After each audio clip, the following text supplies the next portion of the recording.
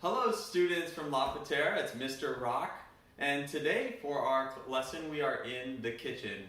Here we are at my kitchen in my house in Santa Barbara.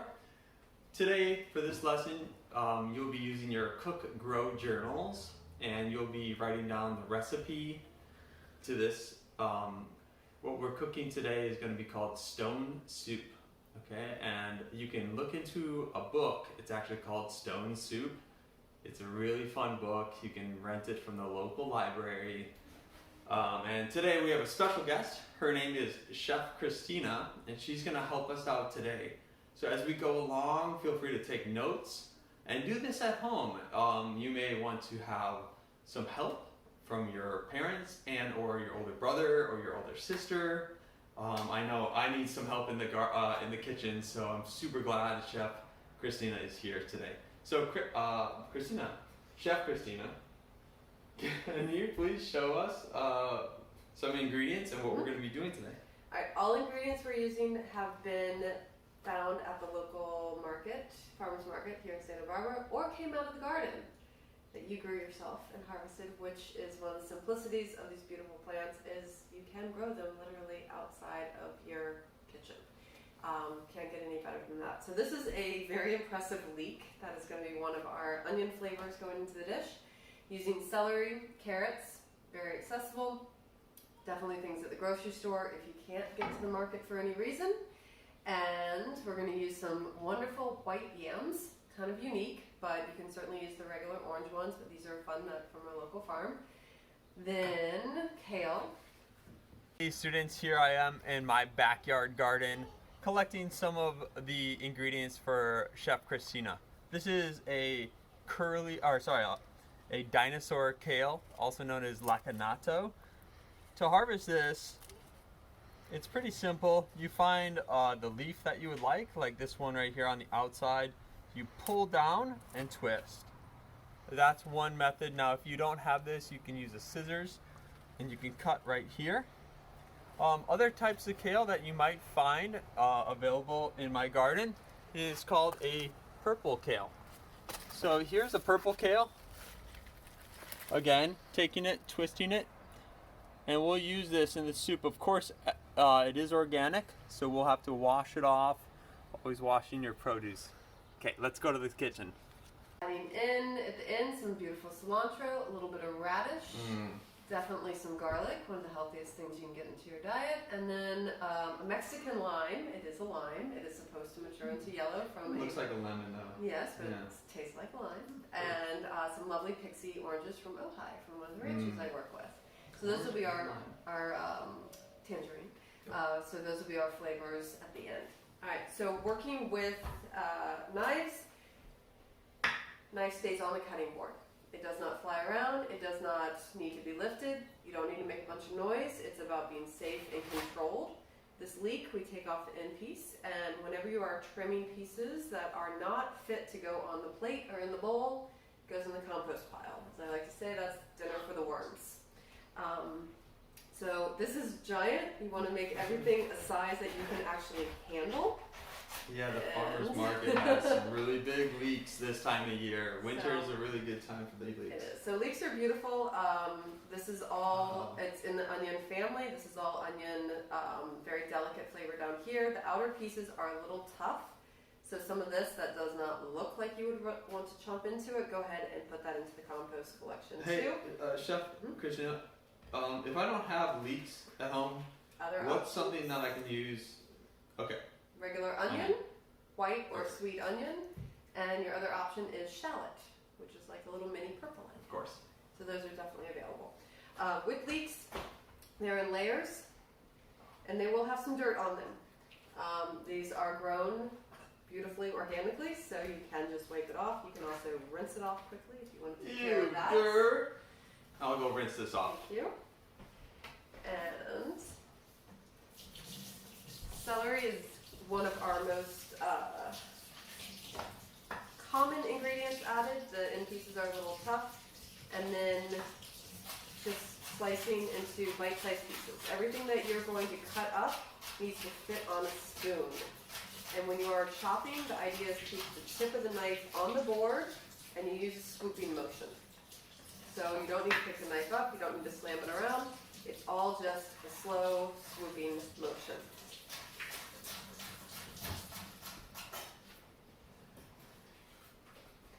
Once you do finish chopping something, move it to the side of your cutting board, give yourself plenty of space.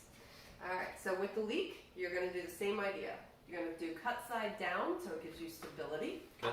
Keep your hands dry, always. Thanks. How you don't slip. Okay, and maybe even more dry. Okay. Yeah. Good. And then you're going to use that same swooping motion that I Yeah. was using with the celery Swoop. with the leeks. Like And kind it's- of you're actually cutting down and away from you. Down and away. okay. Mhm. Is this about the right thickness? Yeah. That'll work for now. Okay. Keeping the tip of the knife on the board. Oil, we're using coconut oil. Okay. Coconut oil. Perfect. Glad I have some of that. Coat the bottom of the pan. So, a quick question. Yeah. Are there other oils that we can use for this? Any of your oils that are non-genetically modified, so you have canola, safflower oils, those both work well. Avocado seed oil works very nicely. So you have many options. You're looking for a high heat temperature oil. Okay. High heat temperature oil. Once the oil is hot in the pan, onions go in. Go ahead and add those in.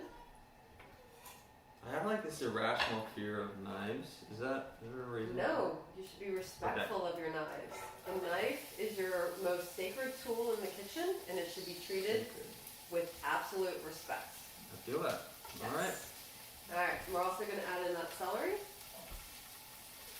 Okay. We need a little bit of sea salt. So as you are sauteing, cooking anything, you season as you go. Seasoning means adding a little bit of salt to help break down the cell structure. Basically, it's going to help these very well-formed cells that keep the plant standing up straight softly break down so it releases the excess moisture and will intensify the flavors. So just add salt as you go. Yes. Alright, so you're going to do the same cutting motion with your carrots. Grab a carrot. More cutting. Anytime something is round, it rolls and it wants to run away from you, and chasing rolling things with a knife is very dangerous. So when you have something that is round, create a flat surface. We're going to trim off this tiny little end piece that goes to the worms, and then you can create a flat surface by carefully cutting it in half. Okay. Round thing is now flat, and flat things So like what, to stay you don't, still. the tail, take the tail. You can also just snap on it. Oh. Go for it. Don't And- wash my hands, no? Yep, and same. Okay. Okay. All right. And Two then flat sides. flat surface, much safer. And that same swooping motion. You're going to keep the tip of the knife down, and you're cutting as you move the knife away from you. And it's all moving in the wrist, not in the shoulder. Oh. Let the wrist do all the work. Ta-da! I like cutting carrots. It's one of my favorites. Exactly. And then all of those can go in the pan too. Okay. Toss those in. Mm. Let's see that.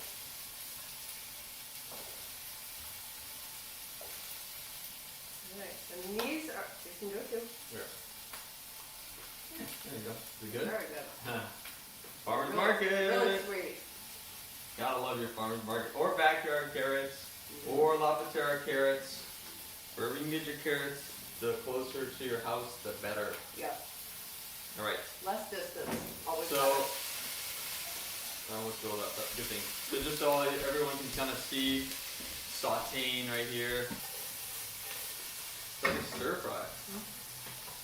It is. It's a form of stir frying, sauteing. Kale is going to be next. Okay. Okay. Or any leafy greens will work. Swiss chard is another option. Spinach would be another beautiful option. Mhm. You can even use the tops to your radishes. If you are growing your own radishes, or when you buy them at the market, they will have the greens on them. Mhm. Turnips, radishes, kohlrabi, any of those guys that you come across, those greens are still delicious and would work just the same way. You can grab those. I'm going to demo with these. You can either trim off the lower stems if they are tough. These were just harvested. They are tender and beautiful. I vote we use it all and line them up in the same simple scooping motion. And while those will go in when our celery, onions, and carrots are tender, we're going to add those in. Why they're still sauteing? Because they are still a little bit. Stir, give it a stir. Yep, give it a stir. You can actually give it a little more salt probably. Okie dokie. And we can turn the heat down a tiny bit. Heat going down. Salt is going in. It's going to help break down the carrots and soften them. We're getting a nice little bit of brown and color on the leeks, and that is flavor. So I know when. That's good. Alright, so what we are going to add in for our starch or our root veggie is these beautiful yams. Yams come in all sorts of colors. They come in orange, yellow, white, purple. This is a variety that's known as a Japanese white yam. It is grown here in right in Santa Barbara County. But they do well in this area. We use the whole thing, skin and all. Skin is one of the most nutritious parts of any tuber. That's so interesting because I usually peel like potatoes and yams and things like that. Same idea as the carrot. It's a round item. Create a flat surface so it's easier to cut on the board safely. So cutting in it half. And then cut it into a bite-sized piece that will fit on a soup spoon. So I took the half and I cut it into a quarter. And the fastest, easiest way we can cook these is actually in the broth that we're going to use in our soup. Got it. So we have over here some lovely homemade chicken stock, meaning that the bones were in it. You can also just buy vegetable broth. You can buy a packaged pre-made stock also. It is up to you. But we have the liquid, the stock, the broth, whatever you're choosing, in our pot. We're going to bring it up to a simmer. Liquid will be at a simmer, and then you're going to literally just take your yams, go straight into the liquid, and we're going to poach them. The idea is that we're letting the liquid cook the yams, and all the nutrients, all of the health benefits, and the flavor of the yam stays in the broth. Got it. That's why it's good to have the skins on when you're doing a soup. So to poach the yams, you have your broth or stock. Yams go straight in there. Go ahead and get the heat under it, lid on to keep the heat in. We're going to bring it up to a gentle simmer and let it cook just until the fork goes very gently into the yams and they're nice and tender. While that is cooking, we're going to add in our greens to our saute pan. Our leeks, our carrots, celery, they're all nice and tender.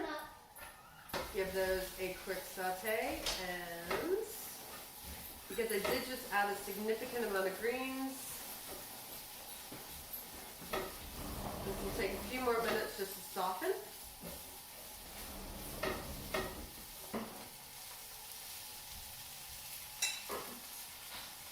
Starting to smell really nice in here. So essentially I'm seeing two big things. One, saute your carrots or your celery and your onion and your kale. Two, you get the wet stuff like the soupy, and if you're using, what was it, we can use broth, chicken broth, or water even, right? Yes, if you don't have a broth or a stock, just use water. Ideally filtered water or some kind of spring water.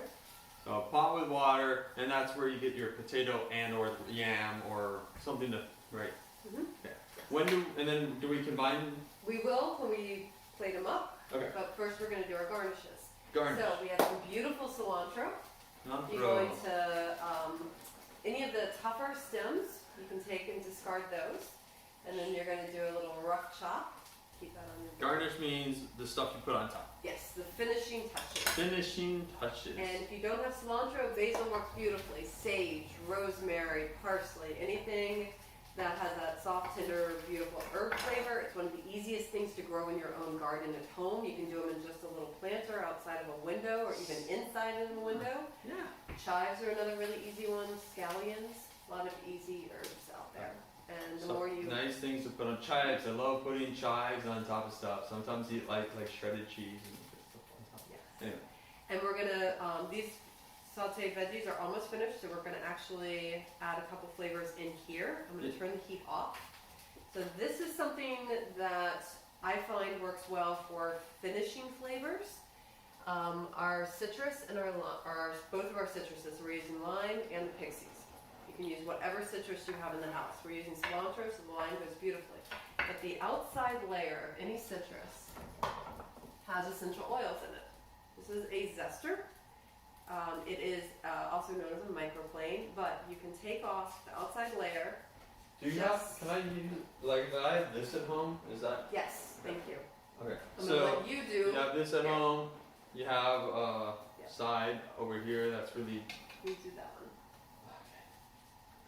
So handheld one or on the cheese grater. Okay, so I have to be very careful when my fingers are around it because it doesn't look sharp, but it really does kind of sting if you know. So this is good to have like a parent or definitely someone to support you cooking this, doing this part. But You only go until you see the white. As soon as you start seeing the white pith, that becomes bitter. So you're just getting the beautiful bright so color. literally just the orange peel Or the yellow lemon, or the and green. the lime peel. Got it. And then you're Zest. going, and then you're gonna cut both of those. So Stone Soup, the book, is so nice and fun to read. But it's about community, and they have this giant pot in the middle of the town, and everybody in the town adds a little bit to the pot. So the one person brings onions, and one person brings something else, and pretty soon you have this beautiful soup. So almost anything can go in this, right? Or Yes. like it's stone soup. The idea is you give to the community what you have to offer. And it is the synergy of bringing to the table what you have. So you may only have a I tangerine, might just have this. you may only have a lime, you may only have a carrot, but if everyone brings one of what they have, or maybe two if you're lucky, you bring that together, that is synergy. It becomes so much more powerful as a community in the saute pan than just having a carrot. Synergy, that's a cool word. So like collective, Yes. we're all working together, it's synergy. Yes. Beautiful. More powerful when you bring it all together. It's beautiful. Yeah. So that should be good on the pixie. You're going to go ahead and slice both of these and juice them and add the juice into our pan. So we're actually building flavor here. This is You want me the to synergy. juice these in this? Yeah, add the zest that you just took off. Okay. Zest goes right on in, yeah. And then slice those, juice them right into the pan while you are bringing that flavor in. The zester also works really well for garlic. So you can either use a garlic press, that's one common kitchen item a lot of people have. If you are great with a knife, you can certainly finely chop it. I like to just throw it on the zester because it turns it into a lovely little paste. Raw garlic is one of the healthiest things that you can add into your diet. Oh. And once on its own, it can be a little assertive, a little strong. But once you blend it in with all the other flavors, Chef, I made a mistake. I cut this in half you can the still wrong juice way. it. Okay, just Or squeeze. you can eat that one and juice the other ones because they are Can I delicious. squeeze in half? Squeeze it all.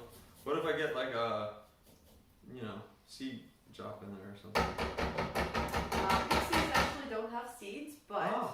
you can also squeeze it into your hand and catch the seeds. And more compost, because this is gonna eventually turn back into soil Yeah. to grow more. So if you do have citrus with lots of seeds, you can also just go right through your hands, knowing that you have clean hands, that you did wash your hands before you Mhm. started. As long as you don't have any cuts. One time I had some cuts in my hand. The citrus was intense. Well, it's actually good for the cut. Is it really? Yes. Wow. It's healing for the cut. It's Okay. healing for the body. The skin is our largest organ. Anything you put on your skin, you should be willing to put in your mouth and eat, because your skin will absorb it. Wow. Okay, so yams have been simmering for just a few moments. We're gonna simply put a fork in. If it grabs onto it, holds it. We're not making mashed yams or mashed potatoes. We don't want them to fall apart. They should gently let the fork hold on to them. We are adding a little veggie to each bowl.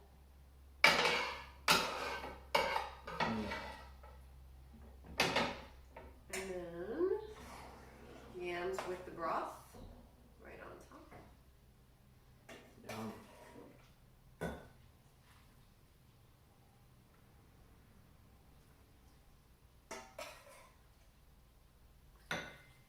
chop up that cilantro.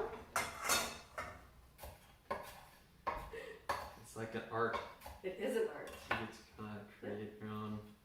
A little bit of garnish. And a little bit of radish. Work. If you happen to have radish, radish is one of the best foods for us to eat to keep the lungs and the throat clear. It helps the body move stagnation and keep us healthy and strong with our breathing. It's rad. Especially in this world that we are Fish. living in presently with a little bit of a health concern escalation. Eating raw radish, if you can get one a day, it will keep you healthy. Huh. Something to keep in Apple mind. a day, radish a day, spoon. And Yeah. Alright, so any of the soup that is not served, eaten, enjoyed right away, you want to cool it off to room temperature and then put it into a storage container and put it into the refrigerator. You don't want to take any items that are still hot, cover them, and throw them in the fridge. You want to let the heat dissipate and cool off, and then all you have to do for the next night, you need easy dinner. Put it right back onto the stove in a pot, bring it up to just barely a simmer, and you're good to go. This is a delicious recipe, so at home feel free to follow this recipe instructions or just go with what you feel like. Go with what's in season, what's at home, what's in the fridge, what's in the kitchen, and have fun. It's stone soup. Okay, and this will be pretty much it unless you have anything else to share with the students at La Patera. You are only as good as the energy that you take in for the energy that you give out into the world. Wow. So, when you bring in amazing good energy through your food, you have amazing good energy to give out to the world. Wonderful. Thank you for joining us here today.